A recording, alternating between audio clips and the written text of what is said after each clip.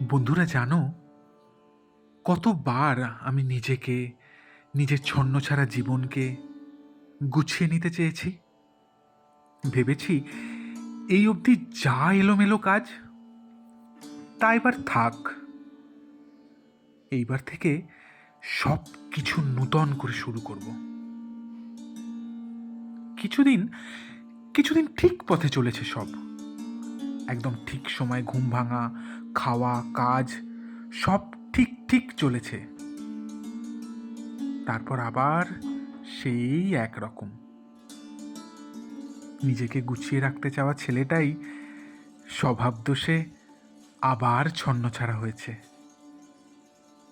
ঘর বাঁধতে এসে দাওয়ায় বসে থেকেছে, দূরের নীল আকাশের দিকে চেয়ে রাজকন্যার গল্প শুনতে চেয়েছে। যেন এক মুঠো বেলি বা বকুল ফুল কুড়িয়ে যে ছেলেটা নিজের সম্পর্কের মানুষটার হাতে দিয়ে যত্নে আগলে নেয়, আমি বিশ্বাস করি না, সেই ছেলেটা চাইলেও সাজানো গোছানো হতে পারে। সত্যি বলতে কি, আমরা যারা আমাদের পরিবার আর প্রিয়জনকে যত্নে রাখার চেষ্টা করি, তারা সবার আগেই ছন্ন ছাড়া তকমা পাই।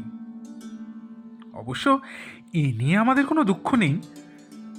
কাছে রাখতে চেয়েও হারিয়ে ফেলা যাদের ভবিতব্য, আমরা সেই দলের মানুষ।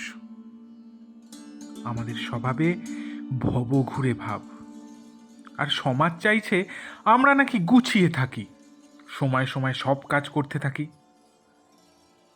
আমরা দায়িত্ব বুঝি, তবে সময় বুঝি না, আর বুঝি না বলেই হয়তো অসময়ে হাতও ছাড়ি না।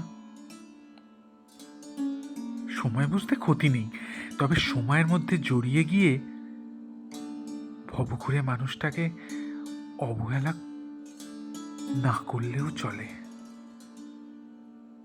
যে ভবঘুরে, সে সব থেকে বেশি দায়িত্ব নিতে জানে। যদি বলো এতটা জোর দিয়ে কিভাবে বলছি, আমি বলবো আমি এরকমই ভবঘুরে, ছন্ন ছাড়া, আগলে রাখার মানুষ।